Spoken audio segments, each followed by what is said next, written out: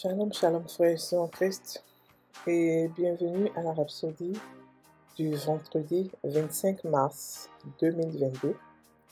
Rhapsodie écrite par le pasteur Christoya Kilomé, et la lecture vous est offerte par les vérités de l'Évangile.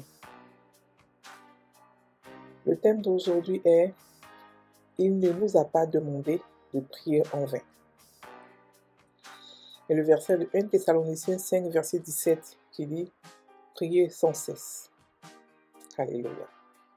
Le pasteur Christ dit « La prière peut être très efficace et la prière peut être juste une simple religion. Il y a des gens qui n'espèrent pas de réponse quand ils prient. Pour eux, la prière fait partie de leur religiosité. Mais Dieu ne nous a jamais dit de prier pour rien. La prière est une vraie communication. Vous parlez en fait à quelqu'un qui vous écoute et qui est prêt à vous répondre. Voici une autre belle chose à propos du Seigneur. Il sait ce qu'il y a dans votre cœur avant même que vous le lui demandiez. Avant que vous ne priez, il sait ce que vous lui direz. Pourquoi alors attend-il que vous priez? C'est parce que Dieu opère dans la légalité. Malgré le fait qu'il vous aime, il opère avec des règles, des lois qu'il a mis en place. La Bible nous dit qu'il a donné la terre aux êtres humains pour y vivre et pour qu'ils la dirigent. Ainsi, il exige leur invitation afin d'intervenir dans leur situation. Par exemple, si vous payez votre loyer en bonne et due forme, votre propriétaire ne peut pas juste entrer dans votre appartement parce qu'il est propriétaire de la maison. Ce serait illégal, car vous êtes la personne en charge de l'appartement. Il ne doit venir qu'à votre invitation. Et c'est pareil avec Dieu. Nous sommes les gardiens de la terre. Il a besoin de notre invitation pour intervenir dans les affaires des hommes. Lorsque vous avez des ennuis et que vous ne savez pas quoi faire dans une situation particulière et que vous avez besoin de son intervention, vous devez lui demander même s'il voit déjà ce qui se passe. Prenons par exemple la manière dont il a agi avec les enfants d'Israël, dans Ézéchiel 36. Il leur a décrit plusieurs bénédictions. Mais au verset 37, il a dit « Ainsi parle le Seigneur, l'Éternel. Voici, encore sur quoi je me laisserai fléchir par la maison d'Israël. Voici ce que je ferai pour eux. Je multiplierai les hommes comme un troupeau. » Alléluia. Ézéchiel 36, verset 37. Voici, Dieu est en train d'agir dans la légalité. Ainsi, à travers des prières, vous dirigez votre pensée, vos sentiments, vos émotions et vos supplications vers Dieu. Et il réplique par des réponses.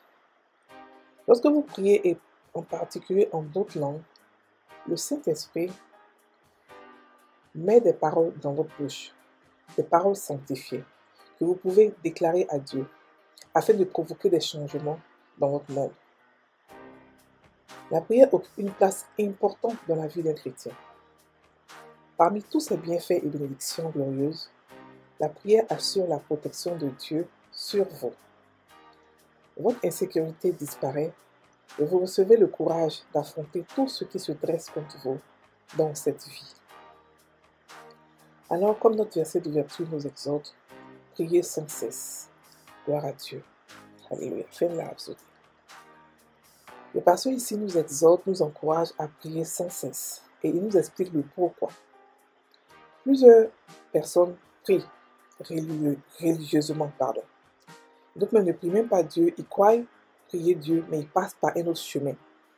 Ils passent par d'autres prophètes et tout ça. Mais par contre, Dieu a dit dans sa parole, dans la Bible, que Jésus était le seul chemin. Donc tous ces chemins qui sont empruntés, ce n'est que la religion. Ça c'est ceux qui ne sont pas chrétiens. Maintenant, même ceux qui sont chrétiens, beaucoup sont dans la religiosité.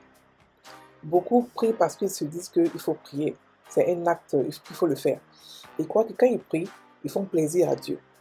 Il y a des personnes qui croient que quand ils voient le dimanche à l'église, Dieu est tellement content que c'est pour Dieu qu'ils s'en vont là-bas. C'est-à-dire que C'est pas pour eux, mais c'est parce que Dieu les a vus aller à l'église, donc Dieu doit agir dans leur vie.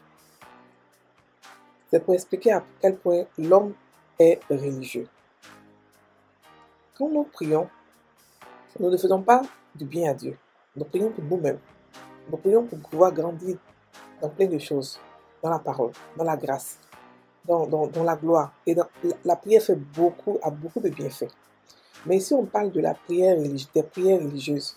Qu'est-ce que les prières religieuses? Ce sont des prières qui ne font que se répéter, qui n'ont pas de sens, où votre esprit n'est pas en train de prier, votre esprit n'est pas en éveil. Votre intelligence cherche les mots pour pouvoir plaire à Dieu. Dieu n'est plus dans l'intelligence, il est maintenant en esprit. Donc si vous ne priez pas déjà en langue, si vous ne priez pas en esprit, cherchez à prier en esprit. Parce que Dieu est esprit et il veut que nous l'adorions et nous communiquions avec lui en esprit. Il a créé la prière, pas parce qu'il voulait qu'on vienne demander des choses exprès, mais parce que légalement, il ne peut pas agir ici sans que nous lui demandions la permission, sans que nous nous laissions entrer dans nos affaires. Le monde a été créé et a été donné à l'être humain. C'est pour cela que même les démons ont besoin d'un être humain pour pouvoir agir. Parce que légalement, un esprit n'a pas de corps. Et il faut un corps humain pour vivre dans le monde où nous sommes. Donc dès que nous perdons ce corps-là, lorsque nous mourons, automatiquement nous n'avons plus droit à cette terre. C'est une loi. Et Dieu est esprit. C'est pour cela qu'il a dû envoyer Jésus en chair et en os, pour pouvoir agir, pour pouvoir intervenir dans les affaires des hommes.